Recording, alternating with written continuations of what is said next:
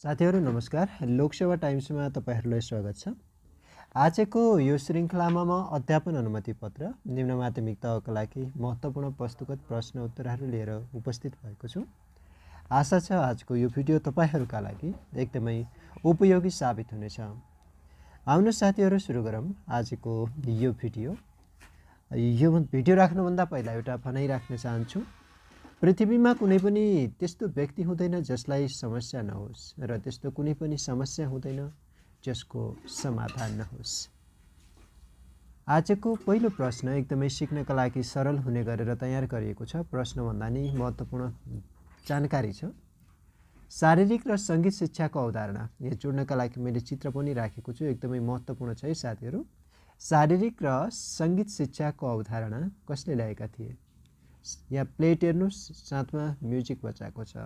यो प्लेटमा चाहिँ डिजेलाई राखेर चाहिँ बजाउने भनेको है, नाच्ने काम गर्दा भयो प्लेटोले है। आदर्श राज्यको अवधारणा पनि प्लेटोले नै ल्याएका थिए। आदर्श राज्यको अवधारणा पनि प्लेटोले नै ल्याएका थिए। शारीरिक र सङ्गीत शिक्षाको अवधारणा पनि प्लेटोले ल्याएका थिए। एकदिन सम्झौँ त यो कुरालाई।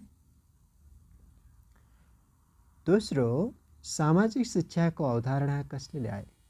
समाजशास्त्रका पिता छुट्टै हुन् है। फेरि सामाजिक शिक्षाको अवधारणा ल्याएका थिए। यहाँ पेस्तोल हाम्रो समाजमा निषेध गरिएको हुन्छ। पेस्तालोजीले ल्याएका थिए सामाजिक शिक्षाको अवधारणा। समाजमा पेस्तोल मनाही छ है साथीहरू। आउन सक्ने प्रश्न हो यो पनि, सामाजिक शिक्षाको अवधारणा कसले ल्याएका थिए भनेर। त्यस्तै तेस्रो प्रश्न रहेको छ, बाल केन्द्रित शिक्षाको अवधारणा कसले ल्याएका थिए? बाल केन्द्रित शिक्षाको अवधारणा कसले ल्याएका थिए? बाल केन्द्रित शिक्षाको अवधारणा फ्रोबेलले ल्याएका थिए। बाल केन्द्रित शिक्षाको अवधारणा फ्रेडरिक फ्रोबेल। यता फोटो हेर्नुहोस् त, कति एकदमै सुन्दर सुन्दर केटी जस्तै देखिएको छ।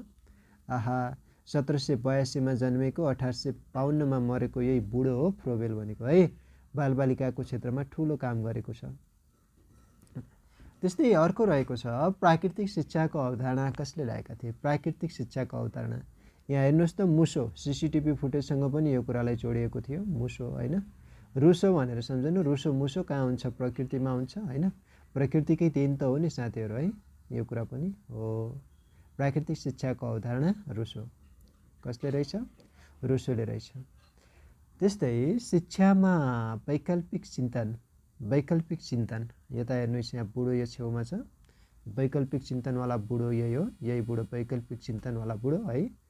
शिक्षामा वैकल्पिक चिन्तन हर्बर्ट स्पेन्सरले ल्याएका थिए। हर्बर्ट स्पेन्सर भन्नेले शिक्षामा चाहिँ वैकल्पिक चिन्तनको अवधारणाले ल्याएका थिए।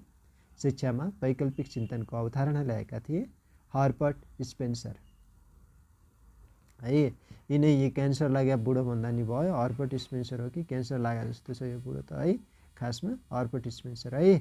त्यसपछि रहेको छ गणित शिक्षाको सुरुवात। यहाँ हेर्नुहोस् त, चित्रै हेरेर थाहा हुन्छ। यहाँ बुढो हातमा त्रिभुज बोकेको छ है, पुरै थाकिरह होला, पाइथागोरस भनेर सम्झने। त्रिभुज बोक्दा बोक्दै थाकेको होला, पाइथागोरस भनेर सम्झने है साथीहरू। सुरुदेखि यहाँ म्युजिक प्लेट भने बित्तिकै हामीले प्लेटो सङ्गीत भनेपछि शारीरिक र सङ्गीत शिक्षा बुझ्न सक्छौँ।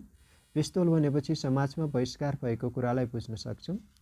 अनि यो बच्चा प्रेमी मान्छे यही हो।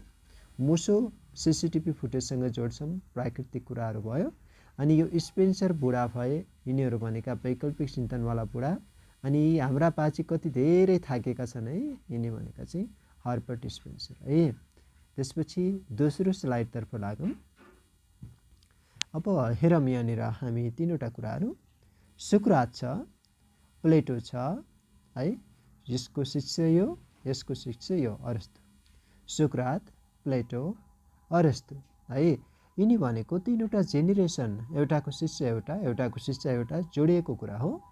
र वार्तालापको सुरुवात गरेका थिए, वार्तालाप विधिको सुरुवात गरेका थिए हाम्रो सुक्रातले, जसलाई हेमलक नामक विषले खुवाएर मारिएको थियो। मलाई सबभन्दा हामीले जान्नै पर्ने जिन्दगीको एउटा महत्त्वपूर्ण पात्र हेर्नै पर्छ, जसले ग्रिस राज्यमा लोकतन्त्रको अवधारणा ल्याए, मान्छेलाई सोच्न सिकाए, नैतिकताका कुरा सिकाए, आदर्शताका कुरा सिकाए। तिनै मान्छे हुन्, यिनै आत्मीय मान्छे भन्छौँ। सोक्रेटस देख्नमा सुन्दर थिएन, तर पनि उहाँभित्र ज्ञानको यत्रो दर्शनको यस्तो एउटा ज्वाला उम्लिएको थियो। त्यस्तै प्रश्न उत्तर पनि उनले गरे। उनी हरेक कुराबाट प्रश्न गर्थे, त्यसको उत्तर खोज्थे।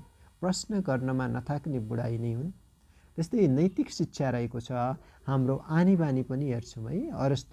अरस्तु भनेको नैतिक शिक्षा है। नैतिक शिक्षा र आगमन र निगमन विधि पनि अरस्तु नै हो। आगमन र निगमन विधि पनि अरस्तु नै हो। एरिस्टोटल पनि भन्छ जसलाई, एरिस्टोटल भन्छ। अरस्तु भनेका युवाला बुढा, तेस्रा बुढा नै इनका छोरा यिनी अर्थात् शिष्यहरू रहेका थिए। त्यस्तै यसै बिचमा है, जस्तो अब बिहेको सिजन आउँदाखेरि हामीलाई लाग्छ नि सँगै पढेको साथीले छोराछोरी ताते भन्दै खुट्टा टेक्ने भइसक्दा होइन, आफूले आफ्नो खुट्टामा उभिन नसक्दा त आफूलाई एकदमै नरमाइलो लागेको हुन्छ साथीहरू। त्यसैले पढ्नुपर्छ, मेहनत गर्नुपर्छ, मेहनतको कुरा हो। अनि ज्ञानको विकासको चरण राखेका थिए कम्टे। यहाँनिर हेर त, यहाँ बाँदर मान्छे यही बाँदर भएर अगाडि बढेको हो नि त। यो जेनेसिसहरू यसरी विकास हुँदै गयो, बाँदरबाटै विकास भएको।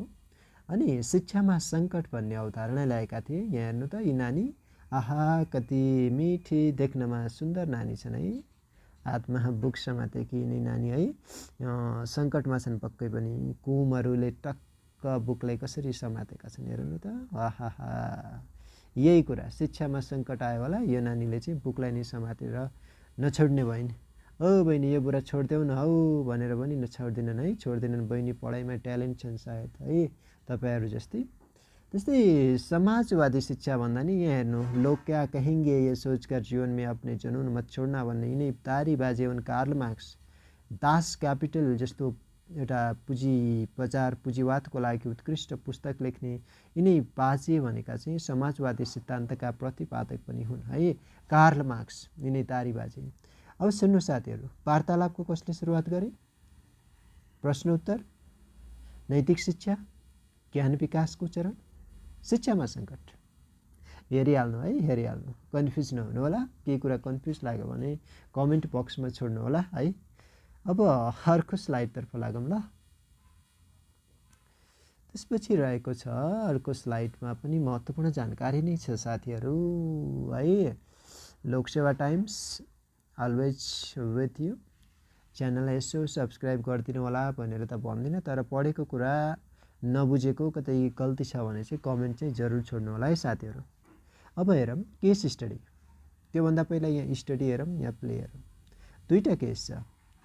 फ्रेडरिक प्ले, यो केस स्टडी गऱ्यो भने फ्रेडरिक प्ले यसरी सम्झौँ, याद गर्नलाई अलिकति सजिलो बनाऊँ है। सम्झनु पर्ने हुन्छ केस स्टडी, यहाँ भलिबलवाला सम्झेर गर्ने। अनि हेर्नु त यहाँ कति मिठो ग्रिटिङ कार्ड छ। हामी पढ्दाखेरि प्रायः बनाउँथ्यौँ साथीहरूलाई ह्याप्पी होइन, happy Dashain, happy Diwali, happy new year भनेर यसरी लेखेर पठाउँथ्यो नि हो।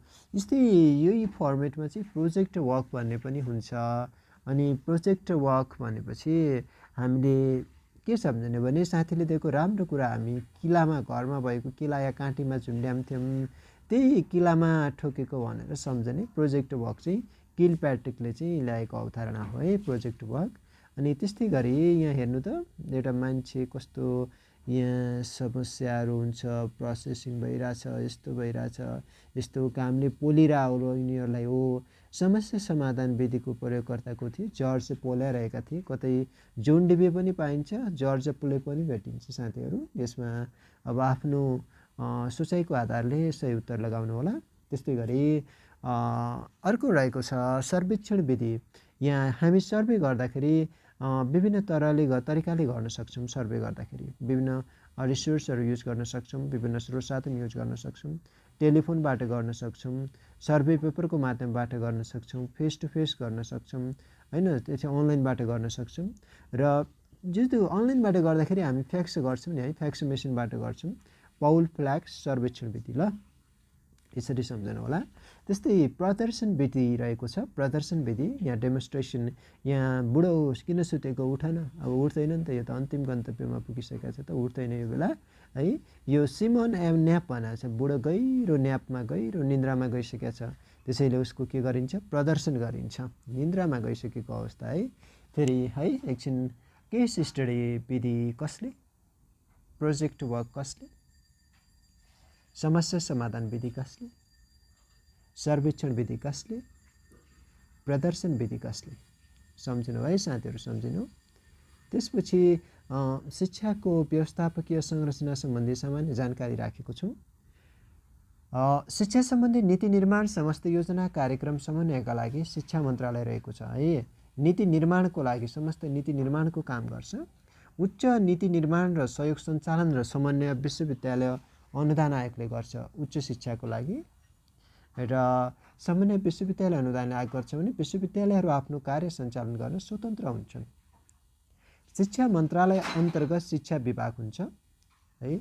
अनि शिक्षाको वार्षिक योजना तर्जुमा, कार्यान्वयन, व्यवस्थापन यसले गर्ने गर्दछ। शिक्षा विभागले जिल्ला शिक्षा समिति कार्यालय मार्फत शैक्षिक योजना कार्यान्वयन, अनुगमन र व्यवस्थापन गर्छ।